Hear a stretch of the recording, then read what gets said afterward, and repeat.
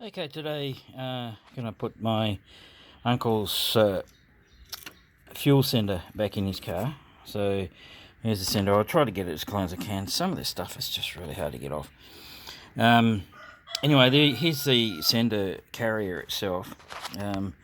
There's the fuel tank level meter, or whatever you are, the sender. Shows how much fuel's in it. It was pretty dirty and wasn't working right, so I've given it a bit of a clean up. Try to get rid of most of that crap that's on there. So now here's the rubber sleeve that goes around the pump. It's the rubber sleeve. Of course, the pump goes around that. So it sits in the carrier like that. There's two pins that locate it. Sits in the carrier like that. Pumps out, comes out top, plugs into there, hangs at the bottom, and the strainer sits on the bottom of the pump. So basically, yeah, sorry, let's turn this around. So basically, it goes in that sleeve, goes in like that. Right, this is the old pump, not putting that one in, doesn't work. So anyway, that's how it goes. Still a bit of fuel in that. Yeah, it's not working at all. You put power on it, it sort of doesn't do anything at all. It does spin, it does make a noise, but yeah, it's not doing anything. I've tried to immerse it in some fuel and it just won't do nothing. So I would say it's knackered. So this is the little job that I'm going to do today, just to finish it off. Fuel tank's out, we've got it nice and clean. I'll just show you that. Anyway, this is the fuel tank. Now, it is stained from all that junk that was in there, but there's none of that loose particulate stuff that was floating around in it. It's all gone. So you can see some staining in there. It probably would be a good idea to get this tank properly cleaned, but I'm going to do that once the car is in my possession. So this old Skyline is going to become part of my family. My uncle's left it to me in his will. So I'm trying to keep this old girl running. We've changed the rims over. I put some stockies on there because they're brand new tyres. So this is the old girl. This is a daily driven car where mine is barely driven. Here's my old Pulsar there. So I'm at my uncle's. So yeah, it's just finishing off. So new timing belt, new cam sail seal has been installed in it. I've modified the fuel pump. The crank angle sensor, because the original harness, sorry, just putting the bonnet up. The original harness was broken, the plug was broken. So what I did with the crank angle sensor, those wires are directly soldered to the pins on the crank angle sensor, and they come out and go into this little plug which I got off an old Pulsar. Works quite well, actually. Better than it did before, so you know, it's all good. We changed out the spark plugs to a new set of spark plugs in it. I've been over it, everything seems to be quite well. I think it's going quite fine. The extractors that are on this, I do have the original header for it, but these extractors, these are just aftermarket ones that I had. I think they're Genies, they might be Genies anyway. I put these on a while ago because the original manifold had a small crack in it, and was making a bit of a woofing noise, so I decided to replace it and put these on. This motor here, this car, I brought the car, I don't know, about 9-10 years ago.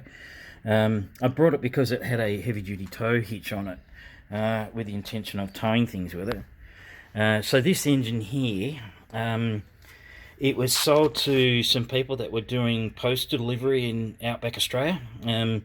So this engine's done over 1,000,000 kilometres. It's quite tired. It's a little bottom-inny.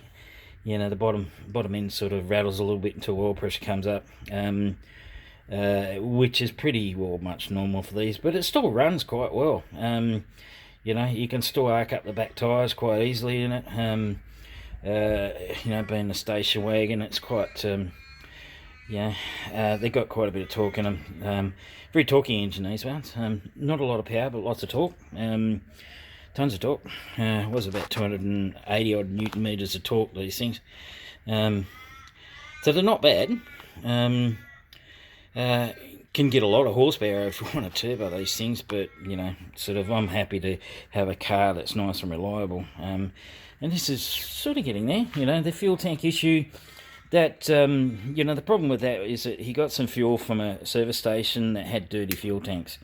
And we removed about almost 2 kilos of particulate in the tank. It was, I don't know, it was a black, reddy, looked like gravel. Anyway, we got it out of there. So, anyway, this, it needs a bath. Pretty dirty. Original paint. Yeah, it's got original paint on it, except for the roof. The roof has been sort of temporary repainted, but you can see the fading there on it. It looked like that all over the roof, and the tailgate's just getting some rust in it. So the tailgate's getting some rust in it, so I've got to get into that and repair that. That's almost all the way over. It's under the wiper, so got to do that as well. I'm going to get rid of this old crappy tint. It's only on the back of the car now. I removed it off all the other windows, so it's only on the 2 side windows, the load area windows. So it's only on this one left. This is the right one. It's on the left one over there, and the rear window. So I'm going to end up taking that off. This car's got anti-sun windows in it anyway, so they are slightly tinted. But I think it'll look a lot better once they're done. Yeah, one of the biggest problems with Skylines is these tail lights. They normally get broken just around here where people are loading stuff in. Fortunately, I had a few spares, and being able to keep a good set of tail lights in this. So here's a look through it. The fan's in there to help blow out fuel vapors because the tank was open.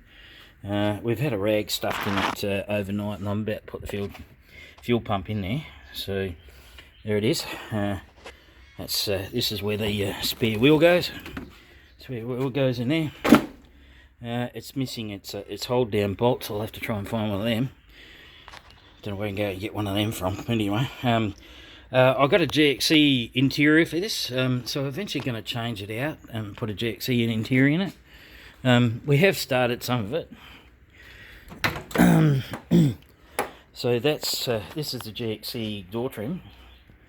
Right. So we're going to put the rest of them in, and of course the rest of the GXE interior. It's got the GXE seats in. Come out of the Series 2 GXE. Yeah, so I don't know, you might be able to see them a little bit under there. They're in really good nick. There's a blue bar that runs there. Runs just here. There's a blue bar. There's also 2 on the back here, I think. Or one. No, 1. Yeah, there's a bit more of a view. They need cleaning. They're a bit dirty. You know, my uncle's 76 years old. He's got 2 cars. The other one's a Subaru Forester, and out of the both of them, he prefers this car. Right? Go figure. You know, this is only a rear-wheel drive car, 6-cylinder. You know, he just likes it. You know, the poor old Subaru's only got a EJ20 in it, I think, 2-litre, non-turbo version, all-wheel drive.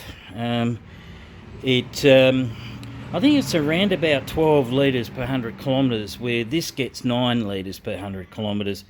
and this is you know, it's half the size bigger and got 2 extra cylinders on it, and it's got better fuel economy. It's a bit of a testament to Nissan's engineering, isn't it? You know, what's their saying? Innovation that excites. Yeah, anyway, these are a well-made car, extremely well-made, over-engineered. Hardly ever see any of these with rust in them. You do get a little bit on the bottom of the quarter panels, but really, you know, they're tough, they're strong, right? Handle the Australian conditions, no worries at all. You know, they've got a Borg-Warner 78 series 4-pinion diff in them, so this would be the same ratio as mine, 3.89. This diff is quiet. Yeah, that's a bit unusual. It's probably had a replacement at some stage. Probably gone back for a recall where my 90 Ti Skyline never did. Didn't know about the recall. Anyway, it probably would have gone back in if it had, or would have gone back in the first 2 years of its life. I think they get to about 50,000 k's and then they start whining. Anyway, mine's got a very, very slight one. From the gear set itself, not from the bearings, because it was a bearing issue. Something to do with their bearing supply. Yeah, they lost the case hardening on the pinion bearings. Mine's had all the bearings done in it. It's just the gear mesh is a bit noisy on it. I could get the gear mesh repolished or put a 3.7 ratio diff in it, which will shut it up altogether. So that might be something I'll do later on. But this car, right, if I can keep it in its current condition, without too many dents and rust and that on it, it's going to make a good project to do it up. I'm retired, have been for some years. I had a major accident which put me off work, and I'm a mechanic by trade.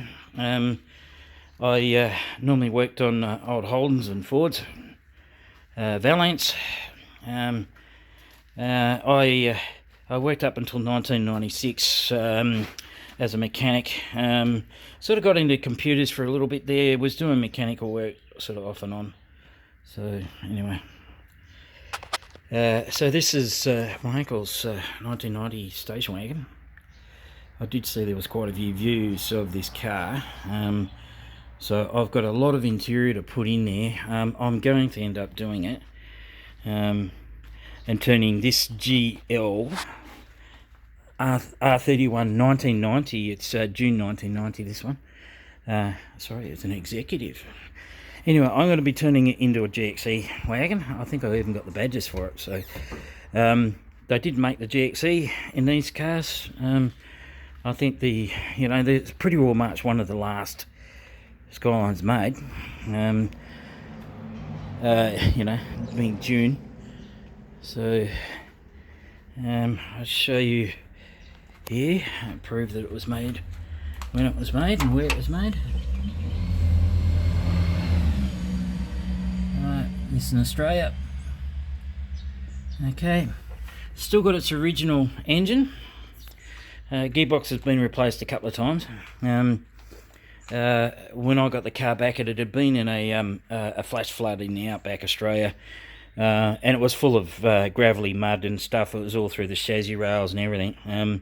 Had to put another engine computer in it, which we managed to get at the time, but that was like 12-14 years ago when that happened.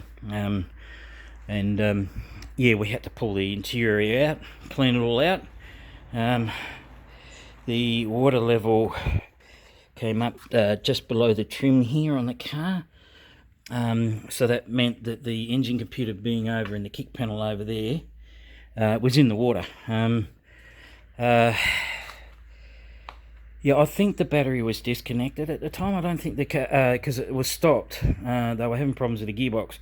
They stopped in a washaway, and the engine wasn't turned on. So we ended up taking the computer out, flushing it all out, getting all that crap out of it, and it seemed to be okay. And then it failed a few months later, so we put another one in it. So there's a few little things that are wrong with it. You know, there's a bit of corrosion and whatnot happening in the corner here where the antenna is. That's been replaced quite a few times. This is the original, well, not the original antenna, but that's the original height of it. So let's flip it around. It's the original height. Those air deflectors, they're factory. They were factory added option to this thing. So we found out the rear trim with the rear speakers is missing. Don't know where that's got to. Anyway, my uncle uses a chunk of rope to hold the back door. He can't lock it, so yeah, I said, oh bugger. Anyway, there's a tow bar, and this is what I took off before, and you can see the big brace that goes under there. Had to take all that off to get the fuel tank out. Anyway, he put it back on the ground for me. It was up in the air on stands yesterday. So anyway, alright, so I think that's enough yakking for today, eh? Anyway, back to that fuel pump. Hey, have a good day everyone, see you later.